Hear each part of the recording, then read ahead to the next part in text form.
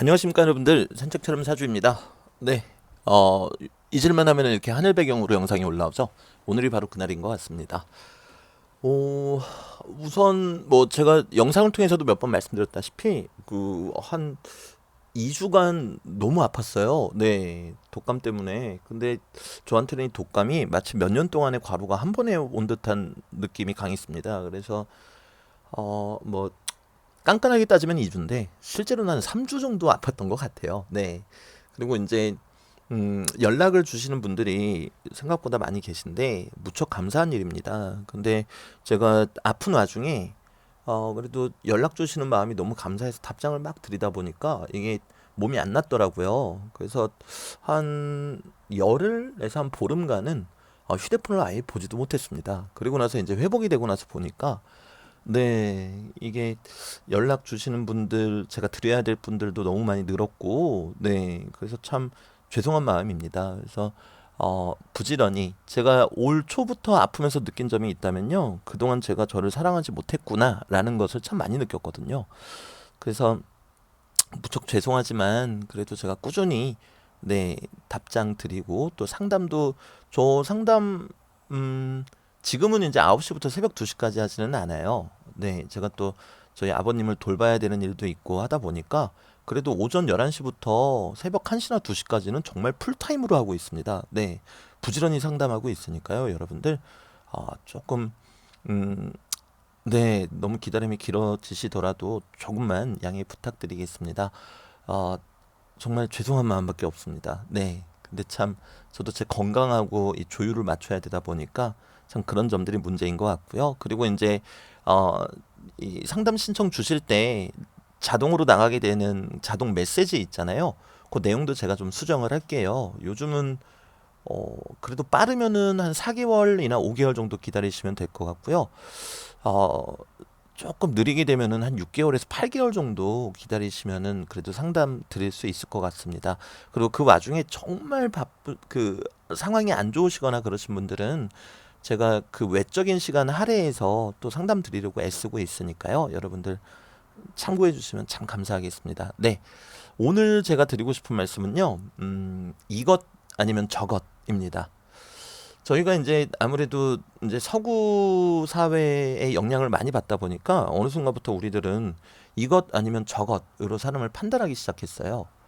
뭐 사람뿐만 아니라 모든 것들을 그렇게 판단하기 시작했죠. 그래서 성공했어, 못했어. 그래서 착한 사람이야, 나쁜 사람이야. 저도 실은 명리학 공부하기 전까지는 계속 그래 왔던 것 같습니다. 근데 저는 다행히도 학원에서 아이들을 가르쳤고요. 그러다 보니까 참 다양한 경험들을 할 수 있었던 것 같아요. 뭐 기억에 남는 경우가 이런 적이 있었습니다. 그 학생 하나가 그 숙제를 내주면은 숙제 검사할 때 보면은 답만 체크돼 있어요.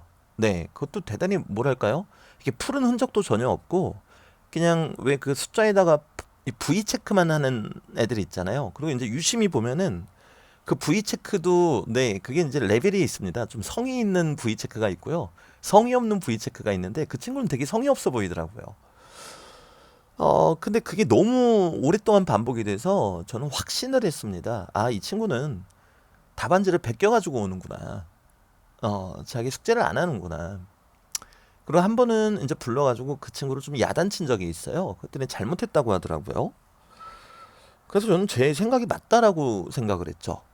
음, 근데 나중에 그 아이가 이제 저한테 해주는 얘기가 사실은 그때 제가 너무 원망스러웠다고 하더라고요. 왜냐면은 집안이 가난해서 어, 본인이 그 문제지를 풀고 그거를 지우개로 다 지운 다음에 이제 동생한테 물려줘야 되는 그런 아이였던 거예요. 네. 저도 이제 학원 생활을 오래 하다 보니까 형편이 좀 안 좋거나 그러면은 그 정도는 제가 알 수 있는데 그 친구는 마침 지각도 너무 자주 하고 심지어 막 그 게임방 갔다가 지각하고 막 축구하다가 지각하고 막 그런 친구였거든요. 그리고 이제 가방에 왜 그런 아이들 있잖아요. 가방에 필통 하나 넣어두고 다니는데 필통에도 뭐 연필 한 자루 이렇게 있는 어떤 건지 아실 거예요, 여러분들. 이제 그런 아이다 보니까 저도 미처 거기까지 생각을 못했습니다. 네. 그러니까 얘는 이러니까 그냥 답안지를 베끼는 거다. 이것 아니면 저것이다. 이렇게 생각을 했던 거죠.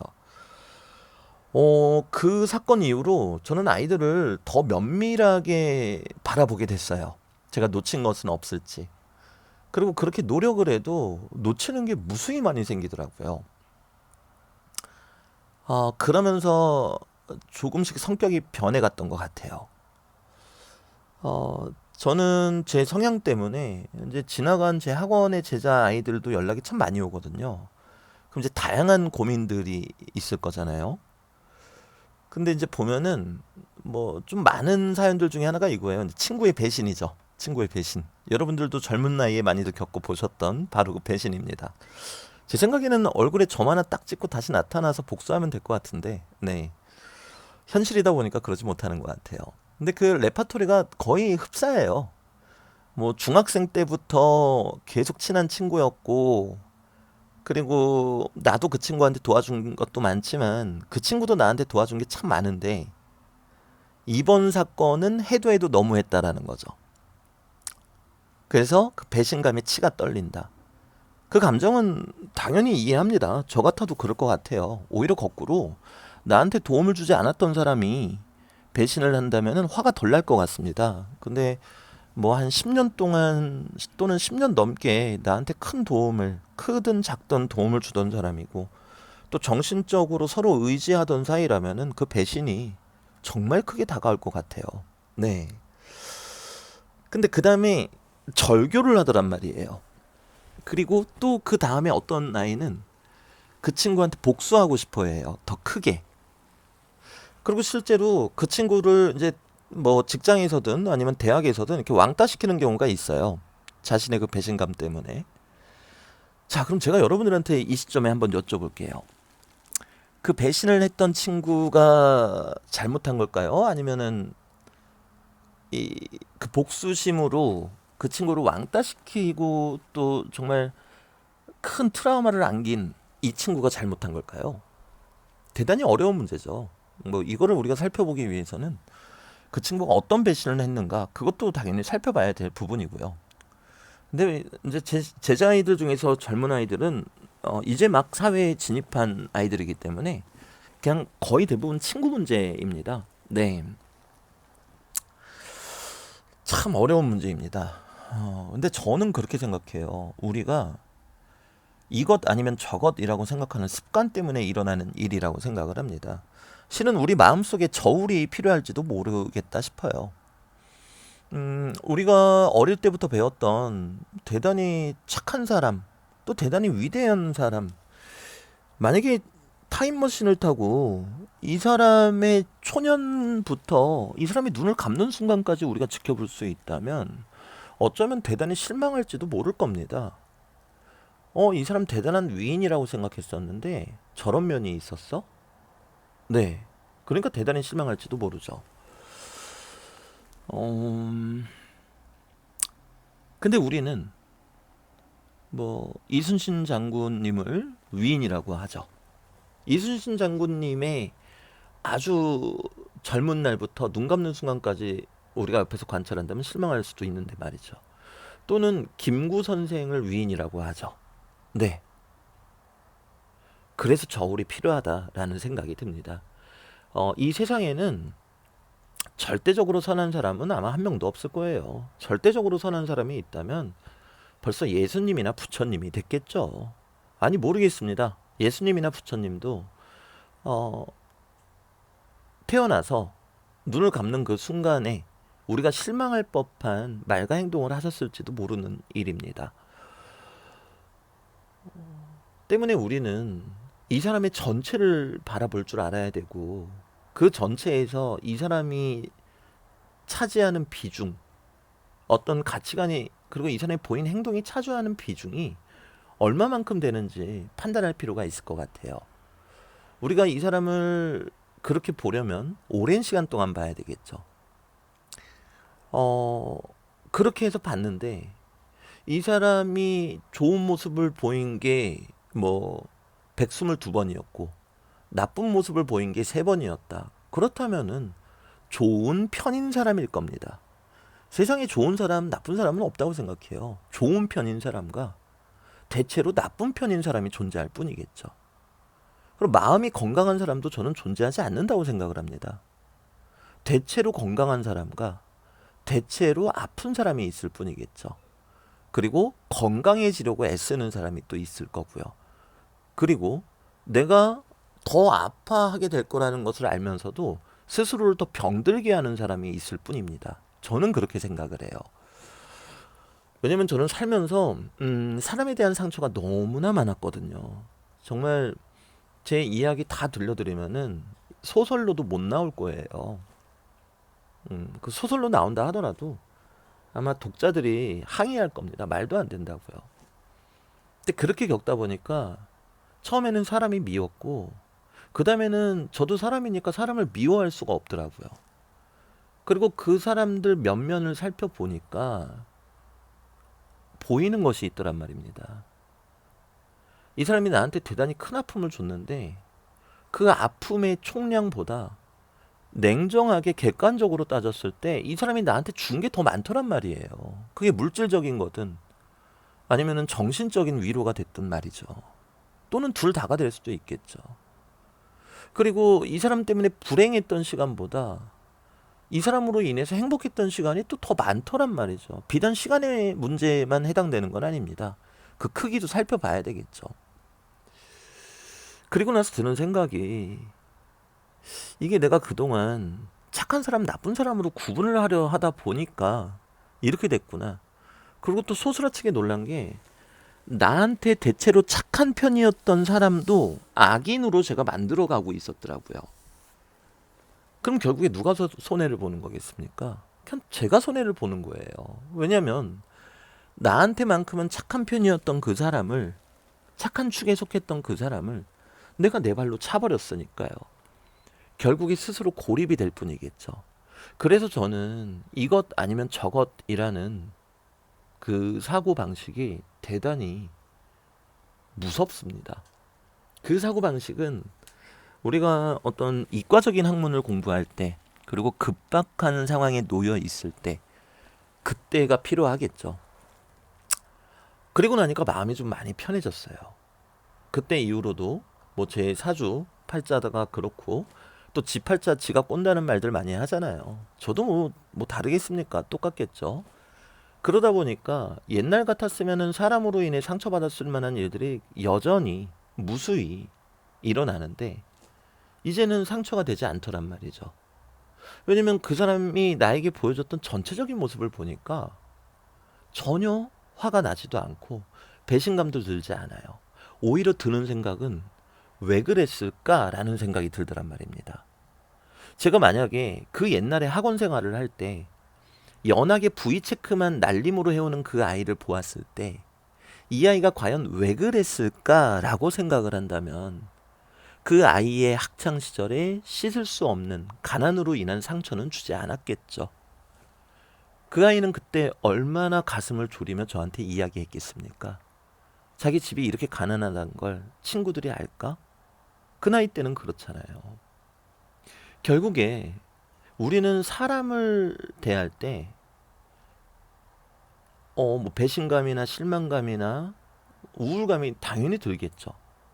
하지만 그 안에서도 그 사람이 전체적으로 보여주는 모습이 있다면 나에게나 또 다른 사람들에게 그런 모습이 있다면 왜 그랬을까를 생각하는 게 더 맞을 것 같아요.